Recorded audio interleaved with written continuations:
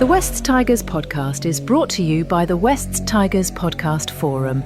Join the conversation today at weststigerspodcast.com.au. It's the West Tigers podcast, and great to be doing another West Tigers podcast. It's a post-victory edition, coming after the 26 points to 12 win over Manly at the, I still call it the football stadium. It's hard to break out of the Sydney football stadium, but always good to get a win there. It means 2 in a row. Declan's here, Zach's here, and Nick is here, and we've got plenty of good stuff to talk about. Let's start off with one word. Nick, I'm going to throw to you first. What's your one word for that? What's that 14-point victory today? Hello, Joel. My one word is progress, because I could actually see that we kind of took a step forward today. At times, I wasn't overly impressed with how we looked in attack. I thought we were a little bit sloppy, but the way that we defended today showed a lot of resilience. And I think resilience was a word that Benji used in his press conference. And I know that good performances and strong teams are built off the back of strong defense, and I thought we showed that today. Yeah, good one. Progress. We'll talk about that on this pod. Declan's here. Good to see you, Declan. What do you got for us? I'm going to cheat a little bit here, and I'm going to use a few words, but I think this is probably a game that we defended our errors really, really well. I think there was a few moments that Manly could have potentially got back into it through our mistakes, but we just, to our credit, defended really well. And that's something that the really good teams do. They make a mistake, they give away a penalty, but then they manage to rely on their defence to back it up. But it was just so funny seeing Tommy Talau with that double movement. It just brought back such memories. It's just like, oh my God, like you've been playing the game since you were probably 5 years old, and it's just a textbook double movement. But just moments like that where like they could have easily scored, but we managed to find a way to like propel them, and I think that made a huge difference to the end result. Tommy looks a lot thinner than when he played for us. Like he's changed his body shape a little bit, because I haven't seen him play for a bit. But yeah, he did. He seemed to be slimming down a little bit. Zach, what do you got for us in terms of one word, please? Well, just first before that, in regards to Tommy Talau, you can obviously take the tiger out of Tiger Town, but you can't take those habits out of him, mate. I've got blueprint. I think we're starting to see the blueprint of what the side is building towards on both sides of the ball. But particularly today, the last couple of weeks, we've really seen that attack side start to piece back together as we've gotten key personnel back in place. But things like bodies in motion, under options, multiple threats, making the other teams make decisions. So that blueprint seems to be in place. For me, I can really see where they're heading, and that's quite pleasing. Okay, yeah, I like it, and I think I'm going to throw back to you with a point about that in a moment. My word, and I've got to say, it's harder post-victory to come up with a word than it is post-loss. Like normally post-loss, I've got 18 different words, but I just came up with the word team. I thought we're actually starting to look like a team, not like a group of individuals that are out there sort of doing their own thing. We actually look like a team, which is really heartening to see. Zach is the momentum man. That's your nickname around here, Zach. You're always talking about momentum on the Tiger Town pod, and Yep. Momentum could have got out of hand after that start. Like I think we all went, "Oh my goodness," and we wrestled it back, as Declan said. Like and every time in that game, when the momentum started to sort of shift a little bit against us, yeah, and true, sometimes Manly did stuff it up a little bit. But a good team is a team that can sort of can hold in there and start to turn the momentum back in their favour. Yeah, certainly. And I think it links to the resilience that was mentioned earlier. Resilience itself can take many forms, obviously. But in those moments when you are lacking momentum and the game seems to be running away from you, and 60 seconds into the match is obviously something you don't want to be happening at that stage. Then the ability to hang tough and stay patient in those moments, particularly in D, I think, make a big difference. And yeah, I think we were able to manage Manly's momentum quite well today. So when they were hot, I think we swallowed them relatively well. And I think that made a big difference. And, like you said, they did give us a couple of favours with some of their ball handling. But on the flip side, we did the same to them. So Let's have a look at the Richo Meter, Nick. As I said a couple of weeks ago, I'd be quite happy if we're average. we've been poor and bloody dreadful, but average is okay. Would you summarise that performance today against a team that obviously underperforming? That they're a lot better team than that, but I thought that was a good sort of middle of the road kind of performance. It was, I'd say, average to above average, to be honest. If you split it up, I'd probably class the attacking side as probably average. I thought that while we showed that we do have a lot of arsenal that we're starting to figure out how to use best now, I think that we probably still squandered a few opportunities, and at times we looked a little bit messy. Um, but overall, when you look at the defensive way that we played the game today, we were really strong. So if I average out, Joel, I'm going to average it up a little bit and say above average overall, if that Slightly makes sense. above. I think you're crediting or referencing red zone attack, Declan. It's still at times, a couple of times, yeah, it did work out, but a few times we sort of got back into that habit of going left and right and skipping around and jumping around. But one thing I will say, and we tend to always talk about him, but one thing that I like that Dewey is bringing is he is straightening the attack a bit more. He is running the ball a little bit more. But what was your take on that red zone? Yeah, because it's really interesting because we actually look really good in attack coming in yardage between the 20s and between either side of halfway. We look really good. But then when we just get to the 20, it's just a different story. And I remember there was a certain point of the game where we had the opportunity to go for 2 points, but we decided to tap. And I was just like, I don't know. We Yeah. like, although we're like dominating the middle, we haven't really broken down Manly in the edges at that point in time. And it was a big call. And it's just so strange because like the entire season, we haven't really been able to strip teams for numbers on edges. I think that's something that like Dewey probably can improve at. I know he had a great game, so I'm not trying to like criticize, but just finessing our way like around or like kind of pinpointing something on the edges, we're not the best at the moment. I'm hoping that that will just change with like reps over time, and also like Kai Pierce-Paul coming next year, another back rower who can kind of run shape is always good. But yeah, it's interesting, and yeah, we did lose our way a few times in Manly's 22, so it's going to be really interesting to see like how they fix that for next season. But but at the same time, like the kind of like it was a very chaotic, non-structured way they were playing, but you could tell that that was kind of putting Manly off as well because like it was unstructured, so that they were kind of weren't comfortable with it. And I think Luai, even though he didn't make any like clean breaks, like he generated a lot of fast play of the balls, which is good, Yeah. and it gave kind of opportunity for other people. I think his run was the first one that set up the first Adam Dewey try, that kind of like skip back on the inside, play the ball quickly. And that's what isolates everyone, gets them one-on-one, and then creates that opportunity. And it was actually like a really good pass from Bullet as well. Went under the radar. I didn't quite pick up on it when I saw it on the ground, but watching the replay, it was classy. So you can see improvement, but obviously it's not to the kind of like Penrith Panthers, Melbourne Storm level yet. But hopefully with more reps, it will get there. I think just, yeah, on what Declan was saying a second ago about how we looked a little bit sporadic, I think, in attack at times. And I think you're bang on the money, mate. One thing that watching it, the amount of ball movement, particularly the amount of under balls that we were throwing, it looked to me like they'd highlighted that forward pack that sort of, to be honest, took it to us a little bit earlier in the year. And by virtue of the fact that they're a fair few elder statesmen, they're missing a couple of key players in Hamoli and Jake. It looked to me like they're moving them around the park laterally, but sensibly too. And that ball movement, particularly that under sort of stuff, showed elements of game plans. And I think you're right. The execution isn't there, but I think overall we're seeing these things start to trend in the right direction. Well, I thought just watching the game on TV that Manly had a lot of line speed. Like they were really up quickly. I mean, there was that whole period in the second half where there was repeated six agains, and they were basically just not listening to the referee at all, which is a key way to beat the West Tigers historically, is to have really good line speed. But I thought we had a game plan. I like that word that you use, Zach, which is get around them, get in behind them, and that's what we did, especially with that first try from Dewey. Which is good to see. One word contributions, plenty coming in to the West Tigers podcast forum. It's always great to head there after the game and pop your one word in because it really helps us with the pod. Snake's word was combinations, liking the combinations that we're starting to see. Tiger 5150. Their word was real. Real change is being seen in the team.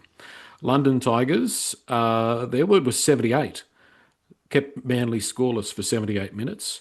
Wagga Tiger platform. This is a platform for us to build on for next year. Seek and Destroy came up with the word strong. We're finally finishing a season strongly. Tiger Town SFS came up with two different words. Floor. This is a higher floor than any West Tigers team since 2011. And professional as well. Yeah, mostly quite a professional performance. I'd say Tiger Town SFS, agree there. Richo Nine's word is a good one. Building, showing what we're capable of. Tiger 70, solid in defence and solid as a team. Mike's word was satisfying, very satisfying. Richo Meter for Mike was average. I think we're probably all pretty much in agreement with that. Tiger Stew, standard. This needs to be the new minimum standard for the team. I agree. CQ Tiger, trifecta next week. We'll talk about some of those stats in regards to winning 3 in a row. Quite interesting. I went back and had a look at the numbers. NatMax 78, complete. A complete performance. And Teddy S's word was Jeff. So Teddy S is having a little bit of fun. Jeff, we were Jeff Daniels and they were Jim Carrey, so Dumb and Dumber. So maybe Teddy S not overly impressed with the quality of the game. It wasn't a game that reached very high standards, but there was some good moments. I'm just gonna, if it's okay, stay with the halves for a minute. Nick, I'm gonna ask your opinion when we look back on the halves that we had earlier in the year and that tendency to go side to side. What I'm liking from the Dewey and Luai combination is that, and look, Luai doesn't do it all of the time, but he has that option of straightening, and Dewey is straightening. And I think that's, now that we look back on it, I don't think the old combination was ever going to work, given the way that those two players play. Plus, you've got Latu Fainu, who still seems to be mostly distributing, sometimes running. So I think if Dewey can keep performing this role, I think we are a better team. And I've got to give him full credit because everybody knows I'm not the biggest Dewey fan, but I'm really happy with what I'm seeing the last few weeks from him. I'll give a lot of credit to AD today. Benji actually mentioned it in his post-game press conference. He said that he challenged Adam before the game and said, look, don't get complacent now that you've signed an extension. I want you to go out and do it again and, raise the bar. And he did. Like he had some really good runs. He ran hard and direct, which I love seeing from AD. He's big and lanky and he's difficult to bring down at times, and he can actually hit a hole. Like he hit quite a number of half holes today and looked quite dangerous. So we said last week, I know I said I wanted to see him back up what he did against the Dogs, and it was completely different conditions today. It was really nice to see some sunshine, but it was really good to see him back up a performance like he had against the Dogs, which was pretty dominating, and to do that on a dry track against a team. Look, I don't think Manly's going that good, but they did challenge us at times, but I just think we had it over him. So I thought AD looked in control. I thought we looked in control for the majority of that game, and that does speak volumes for him as a half and as a leader today. I thought he was really good. Yeah, I think the great thing about AD is that we just finally we haven't had it in a while. Like usually we've had like a rookie half here or there, or like kind of an inexperienced like 20 cap person. This is the first time in a while we've had like two like seasoned first graders playing in the halves. And I think it really shows that, and both of them were really playing to their strengths today. Like I think the thing about Latu is like he's not really like sure like where his like kind of strengths lie, and he's still kind of learning the game from seven, which I think it was a really good opportunity for Benji to like put him back to the bench and put Dewey to seven against the Bulldogs. But yeah, Adam Dewey, he just knows what works for him, with the exception of that kick and that early kick where he like went to head up but then like head out in the full. I think I nearly caught that from the third row, but yeah. But besides that, was that on the third tackle too? Yeah, it was early. It was a bold play. Yeah. Well, we've got to give him a rap, though, for his goal kicking, which continues to be a strength. Zach, how do you see this next year? Jock Madden in the picture. Latu Fainu, a little bit older. Is he going to be a bench player that comes on, works as a potential halfback fill-in? Dewey's got the 7 jersey to lose. Where does Madden fit? Like, there's a few question marks about how this is going to play out next year. Yeah, definitely. I think a lot of it is in how we finish the year. We've seen proof of concept now with Dewey at 7 and Latu in the 14. I thought Latu was far better this week. Yeah. Today, he looks that little bit more comfortable again. But I think the system works, and as long as again output matters. I view Latu as a seedling. I've said this a couple of times before in the past. He's on a trajectory, that a word I keep using, as to where they want to get him as the starting halfback. Benji said as much and reiterated in press conferences. I think he mentioned it in the coaching inside of this week as well. So we know where the long-term plan is, and it just comes down to Adam Dewey. If Adam Dewey is contributing in that role and giving us what we need in that position, then and we look better, which we clearly do at the moment, then that's where Adam Dewey plays, and that is the luxury of having had him re-sign as such a versatile player. Again, it's a good problem to have. To be able to have that quote unquote generational talent of sorts in Latu and not have to rush him is something that, I don't know over the last year or two if we thought we'd be in that position. So as long as it keeps working and AD keeps bringing his intensity that he has, absolutely. Yeah, it's going to be an interesting one to see how that plays out. In the press conference, Nick, Benji did say that Taylor May is somebody that we want to keep at the club and have for a few years. I think it was 6 or 7 different line breaks today. I can't describe him any better than he looks like a first grader. He's like his brother. He never looks out of puff. He never looks overawed. Just really impressed with Taylor May. Love him. I love Talon. We need to wrap him up, or lock him and Terrell both in, as long as you can. Yeah, but like we've all said, Talon's only played a few games back now, and he's had the best part of 2 years out before he even, came onto the field a month or so ago. But what he's doing is just quality, isn't it? It's class. Like you don't lose class. And he's such a strong runner of the football. He looks intimidating, not just with his neck tattoo and his hair and all that stuff, but every time he runs the ball, when he runs the ball, he made a couple of busts down out wide today, and sometimes I get a bit nervous when our wingers or outside backs make a half break or a break out wide, because I think, don't run down the sideline, you're going to get taken out. But he just looks so strong with the ball in his hand. I never have any worry that he's going to get bullied and and pushed out of play. But I love what he brings. That try he scored, I was a bit worried it was going to get taken away with Samuela sort of getting in the way in front of him. I thought that was going to be reviewed and rejected by the bunker, but we got away with that. But yeah, Taylor, I love him. He's quality, and he's only going to get better, especially with the full preseason under his belt. Can't wait to see him next year. Yeah, I think the thing about Taylor is he just seems to generate power really quickly. Like, he doesn't need to run onto the ball or something crazy like that, and he's got a fend on him as well. So he's pretty much got everything you'd want from a modern day centre. But it's just incredible just to look how good our left edge looks at the moment. On paper, that game was so good from everyone. But just to see how that will grow over time, because I thought Samuel Fainu, he was damaging every time he got the ball in space as well. Skelton, Truva looked great as well. I actually thought Truva was low-key my man of the match today. Just the way he started every set, he's another classy player, and it's just so good to see how that's going to build over time. Yeah, I want to talk about Sione Fainu. I'm going to ask Zach what he thought about that Taylor May try where Samuela did all he could to get in the way. Were we a little bit lucky there? Benji said in the press conference he was kind of waiting for it to be called back. I thought we probably used a little bit of luck there.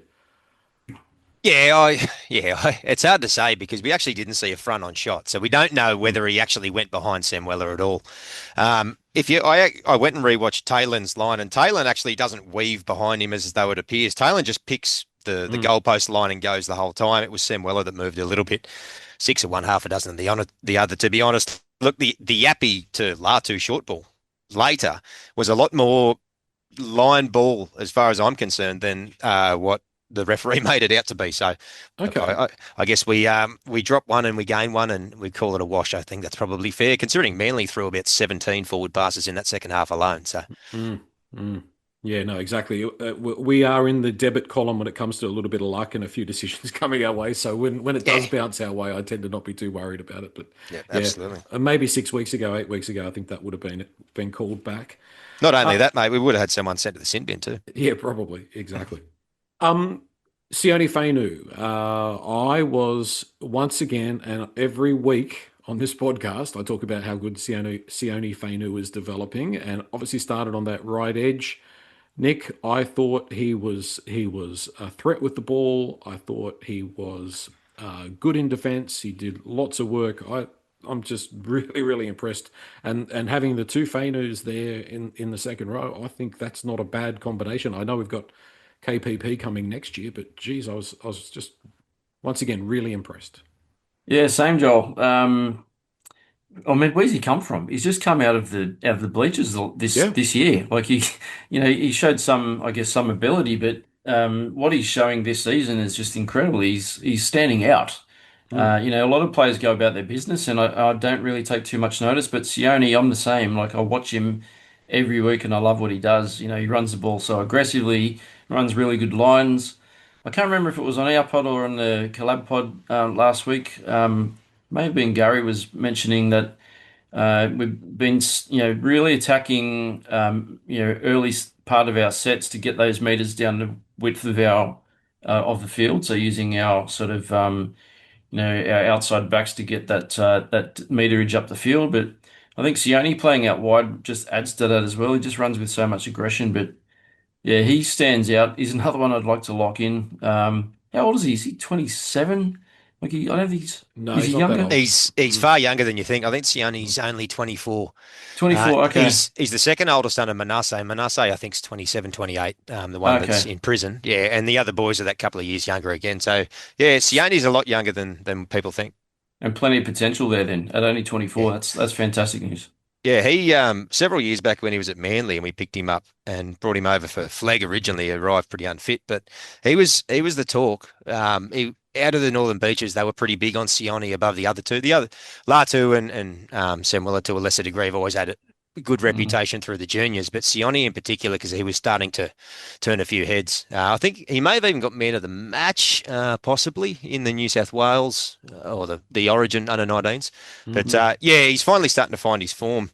The thing that impresses me about Sione is no matter where you put him, he does a job. And Yeah, at Yeah. certain points in the match, I think he even slid into distributor. he I'm was. sure yeah, I'm sure he wasn't playing that official lock role, but even those passes were just out in front where they needed to be. So he seems like that, much like a lot of the Fayunus, evidently, Hmm. one of those types of players that can just rise to the occasion. And 100%. I think I said it last week on our show. I said it about Latu, but the give the Fayunu's keys to the centre of excellence and Yeah. not a blank check, but a nearly blank check because quite a family I think to build this club around. That's for sure. Yeah, I think there's probably an argument you could make that maybe Sione could even start next year with Yeah, May because I think that he's just been much more reliable than Polly. Like Polly's had his good games, he's had his bad games, and he's still developing himself because he's still like a young forward himself. So I'm not like throwing anything at him. But yeah, Sione just seems to be every time you give him like a different task, he always does it with flying colours. And the thing I really love about him is he's a really big guy, but he's got great footwork and he's really good at like keeping his fast feet at the line. And that's why a lot of people miss him. And that's why you can kind of see him just like kind of breaking a tackle and then going through. I think he made like a clean break, like really early on in this game. And it's just because he's just so athletic, so hard to handle. And he's always got those legs moving. And it's just like you see, like someone like Payne Haas is really good at it as well. And I think it kind of shows you just like how athletic these middles are, and just how mobile they are in the modern day. And it's good that we have him and Terrell, and also Paulie, who I still think hopefully will develop into like one of those consistent players as well. Hmm. I wanted to just make the point too about the May brothers is that they seem to be so strong around the hips. Like they look really hard to tackle. They've got that sort of shape where they. I think that sort of contributes to their effectiveness. I think one of you guys was talking about that pace that Taylor or that strength off the mark. I think that comes from that body shape that he's got. I was going to ask Zach just we speak a little. Pole does tend to come up. He does drive me a little bit crazy. You see this bald head of mine. A lot of it is because of Pole. He's going to take some of the blame. Gave. I like him. He's a guy that can put a hit on. He did it today. He got that momentum back, but he can also be a guy that loses our momentum. What is your thought on Pole? Is it just because he's young and he's a prop and he needs more time, or what's yeah. your take? Yeah, I think it's maturity. That's all. I think some players mature earlier than others, and especially when it comes to middles. You don't see too many middles, and Pole is another one who people forget is 22, 23. I think he may have just turned 23 Mm. at most, because he's been around for so long. He sort of jettisoned his way in through SG Ball and shot up really quickly. I think he made his debut the year that he played SG Ball, and that was a story at one point. But I think Pole just needs time, and I think to the point the boys made earlier, bench. He's got to come off the bench. It's Mm.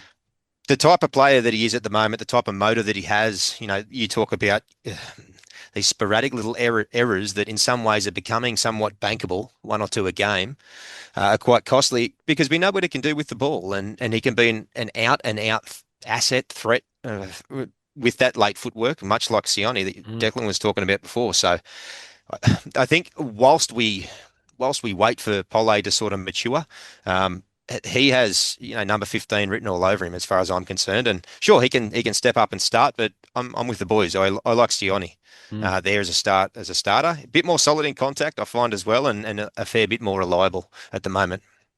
Yeah, so you could imagine that Kai Pearce-Paul will grab that right side back row position, which allows Sione to move up into the prop rotation next year.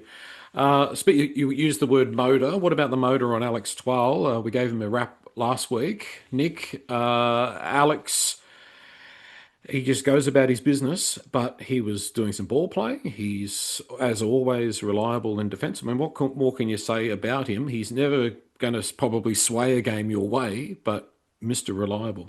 He never lets you down, Alex 12, and that's just who he is. That he's no frills, but he works hard, and I love that about him. So I think Richo said at the start of the year or during, early on in the year that every team needs an Alex 12 and an Alex Seyfarth.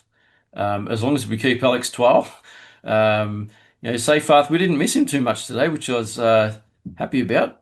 I've always been a Seyfarth fan, but yeah, we didn't miss him, but yeah, Twiley made 58 minutes today, so good solid effort. But yeah, never lets anyone down, Joel. Yeah, I think it was a good like team performance. Maybe Declan, not a huge amount of thrust off the bench. Like if you looked at the evolution of the team, you'd say, okay, so Murray and Suka didn't have a huge amount of impact off the bench. That looks obviously we were a little bit down on troops, so a couple of guys missing. But if you progress that through, because it's great to see us winning games this year, but 2026 is sort of becoming more and more the focus. If you could see, as Zach said, a Pole on that bench, and maybe if Hunt continues to continue to be in the mix, you see a team that doesn't lose anything once the starters come off, and I think that's the sign of a good team. So there's some good signs for the bench, but I think we probably lost a little bit of momentum today. Yeah, I think that middle depth is really important. I think that we've done a good job of kind of getting that back row depth with like Gaia and Roberts, I think his name was as well. So we've got Yeah. that kind of backup like below the first team ready to go just in case there's an injury. But I would love us to just sign maybe one or two like middle forwards who are like capable of like, coming off the bench because I agree with you. It looks like Benji's a bit reluctant to go to his bench because we don't have as much quality in those areas as other teams, and we also don't really have just someone who can like come on and like change the game for us as well. I know that I think to be fair, Hunt did do that a little bit at the start of the season, but you probably couldn't bank on him like doing that all the time. And then if you're defending a lot, he then becomes a liability in defense. So I think if you look at the really good teams, they've got those kind of versatile middles, and that's something I would be really looking at in the open market this off season. And the Because problem with, sorry, Giles, the problem with Royce Hunt you mentioned there, Declan, is he's a glass cannon in some ways too, because like you're talking about, if the game doesn't go our way when he happens to be injected, and you have to kind of inject him, it not only is it not a neutral, it can be a net negative. And so I look at that bench today, and Royce Hunt was probably one of the more certain players to pick on that bench. I'm probably picking him before I'm picking certainly Charlie Murray, but to a lesser extent Tony Suka. So yeah, it's interesting, mate. Like I think in terms of that bench setup, and I'll throw back to you. Sorry, Charlie, in a sec, but no, you're I right. think the bench itself can improve quite a lot, to be honest. And that's almost a silver lining, that we are performing the way we're performing, almost with a 14-man side with respect to those other guys. Correct. That's a really, really good point. Yeah, 15, probably 15 players making a significant contribution, and then a couple of guys on the bench that don't, and not necessarily because they're not trying or they're not capable. That's just sort of the way that we play the game. But if Yeah. we're going to step up another level, that's an area of opportunity, an area of growth. Because the backs are done. I can't see any spots open for the backs for 2026. The halves are looking really good. There's plenty of options there. And back rows, chock a block. I still see that spot for one more prop. So let's hope that player falls from the trees. It's probably likely to happen in the off season now if it does happen, but it's not a bad place to be, and average is winning 50% of your games and jagging the odd win here and there and slowly improving. And there's plenty of reasons to be optimistic. I think for next year, there's some really good signs. The Toa injury looks like an AC injury to his shoulder. He's going to go and have scans. In the press conference, Benji was asked that question about, is Makasini going to make his debut next week? He did say probably not, citing that he's a left centre and Stafford's a right centre, so it would be playing him out of position. But what do we think, Nick? Are you, because there was some word that Makasini was going to debut against the Cowboys, but maybe not at centre. The best line out of that press conference, one of the journalists said to Benji, he's been training with the team, and Benji said, no, he's been at school. He's doing his HSC, which really highlights how young the kid is. Like, he's only a kid, he's 18 years old, doing in year 12, sitting his exams and playing for Newington College, etc. So I think it was Steve during the week maybe in the collab pod said he would be happy to see Makasini play reserve grade for the rest of the year, just to get him playing up against men and without the pressure of making his NRL debut, etc. But we all know what Benji's like. Benji's done it in the past. He said it with Galvin at the start of last year that if you're good enough, you're old enough. So I wouldn't be surprised if Makasini slots in next week. Whether that's the right thing to do or not, I don't know, but I'll leave that up to Benji. It's also strange as well because Makasini did play at right centre in New South Wales Cup a few games. Like I think Right. he did revert back to the left at one point, but they definitely when Taylor May was playing reserve grade, Taylor was playing left, Makasini was playing right. So that was kind of telling me, okay, are they trying to see what he does look like on that right edge? Because obviously Taylor's got the left edge kind of down pat. So it's going to be really interesting. I kind of got the sense that like Benji might have just been trying to like deflate the story a little bit just to take the pressure off Makasini. Not to say that like he was lying or anything, but just to like kind of stop the headline because like we all know what happens with these like young players. They kind of get hyped up by the media, and then there's all this pressure on them. So I think it was pretty smart. I'm not sure if he will debut, and it makes sense. Like if Benji thinks like, look, we want to win as many games as possible. Someone like Brent Naden, although like he's not, has as much upside, he's probably a little bit more safer. I wouldn't have a problem with that at this stage. Uh, what we were just talking about a minute ago, Zach, is that we're sort of playing with 14, 15 players. Maybe if you want to give him a taster, you pick him on the bench and you give him that 15 minutes. It's all just about breaking the duck, isn't it? It's just about getting him through that debut, and it's part of his progress. So, but the other side of that is Benji says we're still chasing wins. So whether he feels that there's a net advantage there to making that change and running the youngster and giving him that debut, it's a hard. I can see an argument either way. Yeah, it's a toss of a coin, 100%. I think the fact that we've won convincingly in our last two outings, albeit not perfect, and with plenty of room for improvement. But the side is looking good, and I know that Star with that AC joint, he will be out. AC joints are a minimum 2 to 3 weeks, even for a grade 1. I mean, you can play through it, but I've done that. It's not much fun. And so there is a spot there, but I'm sort of with Declan. I'm thinking it's smoke and mirrors. I think he knows how good Hamasi is. Anybody who's seen Marcy knows how good Hamasi is. And I think Benji is doing whatever he can to circle the wagons and keep this kid as much as he possibly can out of the limelight. That being said, it's now the second or third time he's not so subtly hinted that the end of the year is not always for debuting kids without saying Makasendi's name. The reiteration of the same line tells me that that's probably where he's going to go, which is avoid it if he can. But, you're not going to, when he said those comments prior, Stafford Tower wasn't injured likely for the next few games. So it remains to be seen. It is a good point. He's played both in rugby too. He's played inside, outside, or left or right, whatever structures they play these days. So he's versatile. He's played wing as well, but he is a kid. So yeah, it'll be interesting to see. Naden also has form too. He was quite good when he jumped in against the Bulldogs last start too. So my smart money probably says that he'll go with Brent, but I could see a spot, like to your point, I could see them sliding him into 17th, or at the very least, I'd bet everything I owe on the fact he'll be at least in the extended squad this week. Fingers crossed he can squeeze in something a bit tighter. Yeah, well, I wouldn't be surprised, speaking of smoke and mirrors, that he's not picked, and he's picked it at number 20 or something, and ends up playing on the day. There's a late shuffle. But, if he hasn't been training with the team, I don't know. Who knows? But, yeah, well, we'll just have to wait and see.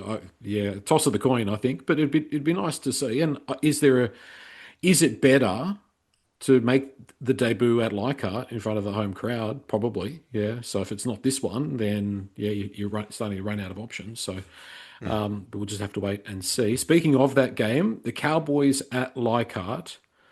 Actually, before we jump ahead there, I want to make the point because it's something really, really important. All of our senior grades won this weekend. That's a phenomenal effort. Like the NRLW, the Harvey Norman team, Jersey Flag, New South Wales Cup. Nick, the club, a couple of months ago, we were starting to get worried again, and we were starting to get a little bit negative. But have we turned the corner as a club? The things. Are you confident that you could say that we've turned the corner and the dark days are over? I don't think you can ever be confident and say that the West Tigers have turned the corner, but off the back of you just mentioning that all of our top grades won, I'm happy to wrap up the season and go to Mad Monday tomorrow, to be honest. I'm ready to celebrate. I don't know where Eddie's going tomorrow, but Eddie, give me a call, mate. We'll hit the casino or something. I don't know, Joel. Like, I'm always hopeful, right? But we've seen it too many times in the past. We've seen, a couple of wins and a couple of really good performances, and then they come out and the performance drops off, or the attitude stinks, or we go back down the toilet again. But I just want to see the rest of the season. I want to see the boys finish off strongly. I don't want to see any horrible defeats. I think Benji said he was asked, if he still thinks we can make the finals, and he said, "Look, I'm not even thinking about that. We haven't discussed it. I just want us to finish as strongly as possible for the rest of the year," and I think that's their benchmark. So, if we can continue to build on what we've shown over the last sort of month, which has been pretty decent football, then that's a really good leverage point to then look forward into 2026 with a couple of roster changes coming up and a bit more strength to the team. So. I think we're heading in the right direction. Are we there yet? Not yet, but we're on the right path. But Declan, it's good to at least see that the club is getting some results for the effort, because you can see over the. I think we've been a pretty woeful football team at times, and I think for a little while and in a lot of games we've been a bit unlucky, and I think that. We've lost games because of the position that we're in, because losing becomes a habit, and because we're anxious about losing games. Whereas I think what is promising to see, or what's exciting to see, is that the club is achieving some results, and I think that means that gives us that opportunity to build off of that. Whereas if we were still continuing to plod along the bottom. Then I'd be worried about next year. Like, I think that it's good to see some results going our way. Yeah, I think you mentioned it there. I think it's just stability.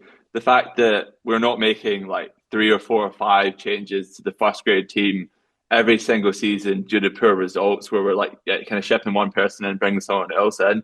Like we know that next season we have our kind of core nucleus of players that we can work on in the off season, because that's generally how it works. You don't really see like a team go from like last to first win in a Premiership. Like, they usually make these incremental steps where they gradually improve because they've got reps together. I think even Shane Richardson said, like, the data is like the more time a team spends together, the better they become. So we just have that luxury now, if we continue with this winning streak, to kind of justify like the kind of structures we're playing at the moment, and it's only going to get better overall. And just to point on the whole club thing, where like it's interesting because like even like Jersey Flegg and New South Wales Cup, which for years have just been like not where we want it to be, like they've been putting like a few straight like wins together, which is really good to see. I'd be interested to see like what the change is there, but particularly Flegg, because I think they've won like a few games in a row now. So you'd like to think that there'd be like a few good players coming from there.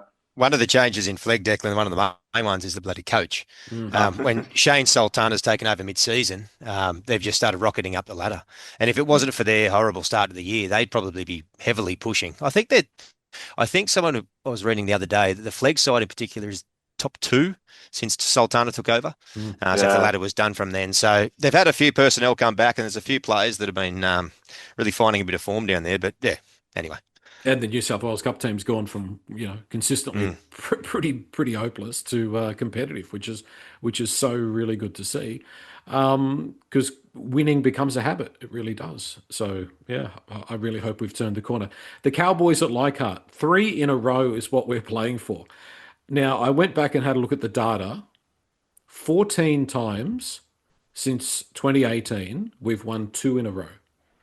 So 14 times we've got to this point and haven't been able to win 3 in a row. I watched the Cowboys today. I thought that they looked about where they are on the table. I don't think they can say that they're unlucky with with where they're at the table. I think that's pretty much their level of play. Dearden obviously is who scares me, because he obviously did a good job against us earlier in the year.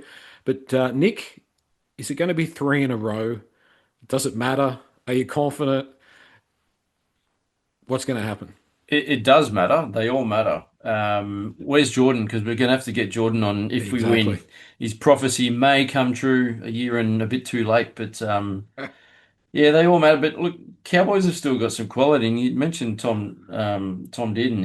He's class. Like, I love everything about him. I'd love to have him in our team. Scott Drinkwater's class as well. He's dangerous. So they've got a lot of strike. I didn't see that game today, Joel, but looking at the score, it looks like the Cowboys put the cleaners through the poor old Knights. But look, they're never going to be an easy push over the Cowboys. We do have the Leichhardt advantage, and hopefully we can take advantage of that next week, because it should be a fortress next week. I'm hoping whatever rain that's forecast this week is gone by Sunday, because we deserve a nice sunny afternoon at 4 p.m. on Sunday to send off Leichhardt, on a winning note for 2025. So yeah, hopefully a big one coming up. Do we want it to rain, Declan, for like 5 days and stop at 10 o'clock on Saturday night? Because, I mean, it worked well against the Bulldogs. But yeah, it's going to be grand final like sort of atmosphere. I can imagine it's going to be a pretty big day. Yeah, I think that just purely because they're a Queensland team, like coming down and like the wet, slippery Sydney surface, it would definitely favour us, but we'll have to wait and see. But yeah, I don't know. I think I can't say that I've watched a lot of the Cowboys this season, but it just seems like they can always score points, but it's just the defence, I think, that's kind of holding them back. And, I didn't see the game against the Knights today either, but, I don't think Pong was playing. I think they've had a few other injuries as well. So, probably wasn't the greatest indication of, who they were playing. But I would be disappointed if we didn't, push them, if not win on. But in saying that, I think I've been doing the pod for quite a while now, and I don't remember ever celebrating 3 wins in a row. So, so that makes me nervous for this one. So we'll see. Yeah, well, 14 times in a row. So that precedes the West Tigers podcast. So through the history of the West Tigers podcast, we've never won 3 in a row. Zach, I'm always a little bit worried when we come up against a team coached by Todd Payton. Todd always seems to have a game plan for us. And no doubt Bateman will be a thorn in our side as well. Winning 3 in a row at Leichhardt. I think you're going, aren't you? You're coming down from Queensland, I heard you say. The way you blokes are talking about rain, just put it out of the universe, please. Yeah, we are. So I'm actually flying down for the day for the game. So I'm the stars have aligned, and hopefully we get a good day out there. We'll do on 56-14. But the point is, to your point about Todd Payton, I think he's a very tactical coach. I don't know if he has the side that can execute on all of his game plans. But the other plus around the side that we'll field next week against the Todd Payton coach side is there's no day for David Nofaluma on the wings, and I think that Todd Payton performed his best from a coach's perspective against the Tigers when David Nofaluma was defending on a wing because it wasn't very hard to get around him 17 times a match. Nick highlighted like they are a classy side. We saw it today. I did watch most of the Knights game today. The Knights were disgusting. Yeah. With respect, they were very, very, very awful. Cowboys were decent. And I was actually thinking towards the back end of that game that it's a good thing because as much as Manly weren't perfect today, there were moments in that game where Manly pushed us. And I think that we've come up against some really decent opposition in the last month heading in. And the Cowboys have been a bit up and down, and they've come against the Knights this week and sort of walked backwards through them. And I'm hoping then that a bit of maybe a false sense of security rocking up next week against a heaving Leichhardt Oval, then I like our chances to say it at a minimum. I don't want you to come down all this way and lose. No way, that's not happening. But That's it. I don't know you lived in Queensland. It's so interesting because you always see like even the best Queensland teams like come down and struggle against the Sydney teams. Like, what do you put it down to? Do you reckon? Oh, mate, I think was it you that mentioned earlier? The slipperier surface, I guess, plays a role. You see conditions in Melbourne and Canberra particularly affect sides around that, but you get the counter when you go to North Queensland or when teams play in Darwin, don't you? And the ball becomes really slippery and that sort of stuff too. It could play that into it maybe a little bit. Outside of that, yeah, I don't know, mate. To be honest. What I do know is when we play the Cows, we have a pretty good record, and it's one of the few sides we have a pretty good record against. So long may that continue at the least. Yeah, I'm really excited for it. I'm looking forward to the game. I think it's got everything packed. It's got the story of Peyton coming back and Bateman coming back, and the Tigers on a roll and winning 3 in a row. Like it's going to be a big game, Nick. I'd love to make a big banner maybe this week, Joel, like a welcome back Johnny Bateman banner, and put it behind the post there at the northern end where the away team generally warms up, and give him a big rousing reception when he comes out, and just yell out some encouragement for him. I can't wait to see his skinny white legs back at Leichhardt Oval. He enjoyed that last win against us a little bit too much. Yeah. So Time for reversal. 100%, absolutely. Exactly. I thought it was worth mentioning too. Dewey passed Pat Richards for most getting up on that most points for the West Tigers. So that's a good achievement. And first time we've won coming off a bye since 2021. So, hey, we're in the mood for changing around records and that type of thing. I wanted to talk about Jack Bird, guys. So the story came out. We presume it's accurate that we're happy for Jack Bird to depart at the end of the season. Nick, probably no great surprise, although his earlier season form, I thought he was doing a good job and had a part in the team, but he's fallen away. He has fallen away. At the very start of the year, I remember during the off-season when he was doing a lot of fitness training himself, he was interviewed by the press and they asked him where he thought he'd play, and he said lock. So I think he probably had that discussion pre-season that that's where he was going to fit, but he never really nailed down a position, did he? He was a bit of a fill-in or a bench player, but yeah, I think the back half of the year he hasn't really offered a great deal, and we haven't used him a great deal lately either. So I've got no issues with moving him on. I do feel for him, but I don't know if he wants to keep playing footy. But yeah, I just don't see him adding much to our team going forward, especially the way that we're starting to play footy. I just don't see where he fits into that side, unfortunately. Declan, do you think that another club NRL team will pick up Jack Bird? I can't see it happening, unfortunately. No, I think that his days in the NRL are probably numbered. I think maybe if he was to get a long-term deal, it might be in Super League because like I'm sure that he could do a job like in the back still out there. But I think he's a little bit similar to Hunt in the sense that like he can come on and he can do a job from the bench, but only in certain conditions. Like if we have lots of the ball and like our forwards are doing well anyway, then he can come and play that kind of ball playing lock role. And he's got the playmaking ability to kind of make that work. But I just remember this one time, I think it was the second game against Parramatta, and we were just under the pump. And then one of their big young props just absolutely smacked him, and like you could hear the sound throughout the entire stadium. And it's just times like that where he's probably a liability because he's not quite big enough to defend in the middle anymore. So, like as Nick said, like what do you do with him then? Because he's not quick enough to play in the centres.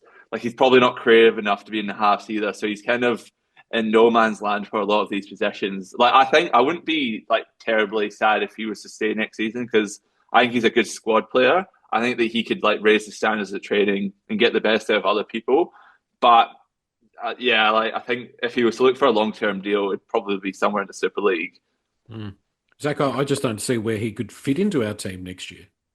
I think that's the problem.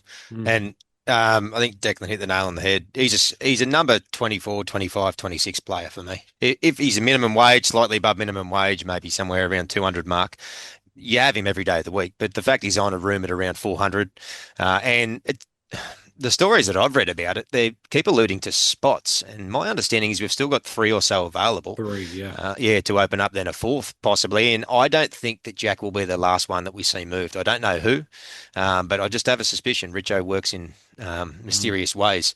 So I don't know in terms of who's coming in around that because the likes of your Maverick guys and stuff have been accounted for as far as I'm aware. So if the talk is around opening up a spot, that tells me that there is a list of players that we either are close to getting on top of what we've already got, and which then we don't know who those might be. But Jack then obviously clearly is getting bumped down the order a little bit, and it's probably too heavy a contract to carry. It's really, if we go back to a more of a macro point, it's really quite an accomplishment that Richo has done, that he's got us to this point after 18 months as a CEO, where our squad and Benji and all the other people that are involved as well, they have got us to a position where we are looking to fill gaps rather than revolutionize the whole team. Like, I think it's been quite an accomplishment when you look at the amount of quality that he's brought in. Haven't got everybody right, but you're getting to the point where a Jack Bird is surplus to requirements. And for the West Tigers over the last 5 or 6 years, that's quite an unusual position. So it shouldn't go unnoticed. I just wanted to mention, I'm going to catch up hopefully this week with the guys, Jared and Joe from the West Tigers Faithful Pod. So I've been having a bit of a chat to them. They've really built their name on talking about the young players and the development players coming through. It's something that I don't have enough time to really follow. And I know Declan has always traditionally been really strong in this area, but I want to get at their perspective on some young guys, those signings that we've made, like Javon Andrews and Ethan Roberts, and homegrown talent like Phoenix Godinez. So I'm going to try and catch up with them and see where we're at in terms of that next generation coming through. Because I was thinking about it, like people were saying, Ethan Roberts could be like the next, what's the name of the back Angus rower? Crichton. Angus Crichton, exactly. But Zach, I don't know if you agree with me, but the secret to success is not necessarily signing Angus Crichton, it's signing the next Angus Crichton. And if we can pull off a couple of these youngsters that end up being really good quality first graders, the whole paradigm changes, doesn't it? Yeah. And you were speaking about Richo before. I've backed Richo the whole time, regardless of where we've been going and the odd little thing here or there, you've got to trust the man. Nobody has done it on his level across, a variety of clubs, multiple countries, and he's a success. So when we're looking at talent around this sort of stuff and his role in the eye for talent, I know that he's not the key recruiter, and I know that Shannon is out there doing a bit of that now and whatnot. But no doubt that he runs an eye over it himself. The signings that they're bringing in. They're not bringing in 17-year-old, or they are as well, but they're bringing in these players that are on those fringes, those players that are young enough and passionate enough and have something to prove. And obviously there's some kind of logjam. And if you look back to the signings that he's made over that short period, as you said before, that he's been here, just a handful of them, the Titos, the Skeltons of the world. And then you've got your Maverick guys and your Ethan Robertses, your Javon Andrews. These types of players are right on that edge of not quite locking down a first grade spot at their former clubs and looking for an opportunity. And they are the types of players that you want to get. And the squad now is starting to open up, credit to him being able to move players around and whatnot. And that allows us the time, space, salary cap wise and squad wise to be able to make those acquisitions. Kind of looks like Richo knows what he's doing, doesn't Yeah, funny that, isn't it? it? Yeah, Just the way he came out earlier or last year, was it? And talked about his plan and talked about where he'd been with South and and other clubs before it when he brought them up from the doldrums and the different progresses that you have to go from poor to average to good to great to etc. But the way that we are climbing the ladder and the way that he's always spoken about Benji throughout the year, and we've all debated whether Benji's the right man for the job, but the way that we are tracking is making Richo look like a very smart man. Mm. And it's all consistency with which to build on, which is really important. Yeah. Declan, last topic for the night. Just thinking out loud about our season so far. The situation with which we were thrust into with the person that's now playing for the Bulldogs. Like, I know it's hypothetical, but has that been the difference between us making the eight or not this year? When I look at the table and I think if we're on 28 points or 30 points now, a couple of more wins, because we really did lose our way during that period. I mean, even if you just think that if Galvin just put the ball down against the Bunnies, Yeah, we win that game and we're 1 point ahead, and then like obviously it's not guaranteed or anything. There's still lots up in there. But even like small things like that, if you think, oh, if that just went our way, and then obviously it goes the other way as well. Like we could have easily lost against the Titans in that game. Like we're probably lucky to win that. So like it's kind of with footy, you take the good with the bad. mm. But there's no doubt that that just changed everything because it not only we lost a starting half, it also changed like the roles of other people in the team. So then Luai went from the game playing seven to the 5'8". Then Latu had to come on, play about seven, and then now Dewey's in the seven as well. So like maybe a part of the reason why we're actually starting to like find some form is that everyone's more settled in the squad. And yeah, maybe if Galvin stayed the whole year, then like that would have been like we would have had more of like a runway to like find that like consistency and that stability. But yeah, we don't know because then I think we kind of had discussions about where like why did the club bring it to a head so Mm. early when like it looked like he was gonna like play the rest of the season and then agitate for a release against the Bulldog like for the Bulldogs after the season. And I just thought it was good to just get it like done, like it's over. We can now move on. Yeah, And yeah. although that probably cost us like a few like wins in the middle part of the season, I still think it was the right thing to do. It's Let's potentially cost us the final spot though. mm. But Let's like, never be in that position where we've got all our eggs in the basket of an unreliable 18-year-old. Like that's not a safe Mhm. position as far as I'm concerned. Yeah, sorry, Declan. yeah, I don't know. Like it's interesting with Galvin. Like if I take my emotion out of it, I feel like he's a lot of his flaws. Like we kind of look past because we just had completely different expectations of what we want from our halves. And yeah, I don't know. Like maybe like we could say like maybe we would have played finals, but like maybe we wouldn't have, and maybe like him being there would have been a complete distraction. It would have like railroaded us anyway. So I don't know. Mm. It's difficult to play these kind of hypotheticals, but I think that like now we can just move on and then hopefully the Bulldogs like fall out the top four and then bounce out right week one, like fingers crossed. Well, 100%. I was going to say Galvin's first player in NRL history or ARL or New South Wales Rugby League history to completely derail two teams in one year. How good. but I just at this point in the season, and I know that it's we're speaking from hindsight. Is anybody disappointed with where we are now, where we're headed, what the core of this side now looks like, and Yeah. and what we've seen, happen over there at Canterbury? Can anybody sit here and say that they're disappointed? Personally, at the time, obviously, and there was a lot of mixed emotions and thoughts around it all, but we've come out the other side looking pretty good from my Mm. perspective. I can see a maturing there of the team. It's like a planting tomatoes. It takes a little while, and all of a sudden we've got a tomato plant that's something that you can get going to get some fruit off. Hopefully, Nick.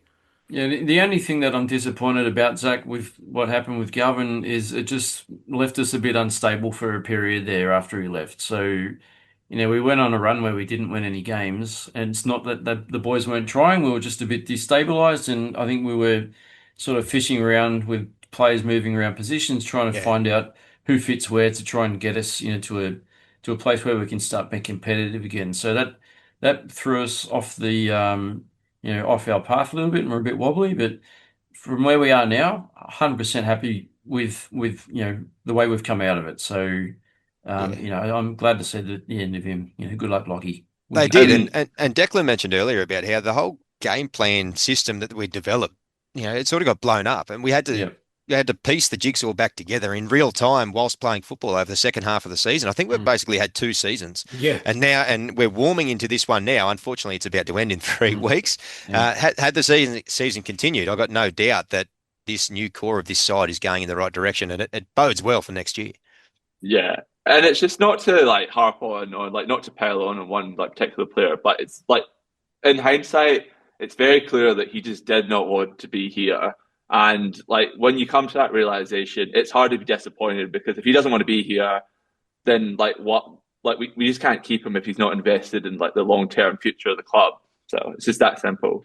I worry about Galvin. I think the whole situation's a powder keg. I really do. I don't share that worry. Sorry. Yeah. Well, I do from a human perspective. You shouldn't. I mean, it's his own doing, and it's the doing of the people around him. But he's been put in a really, really unenviable position, I think, and doesn't have the talent to be able to fight his way out of it. I don't think so. We'll just have to wait and see how it plays out. He'll be at Parramatta in 3 years. Yeah, exactly. Yeah, you can see that happening for sure. Yep. All right, boys, thank you very much. Don't forget West Tigers Podcast Forum if you want to join in the discussion. And we will be back next Sunday, hopefully, for another post-victory edition of the West Tigers Podcast. Thank you, boys. Thank you. Thanks, lads. Thanks, fellas.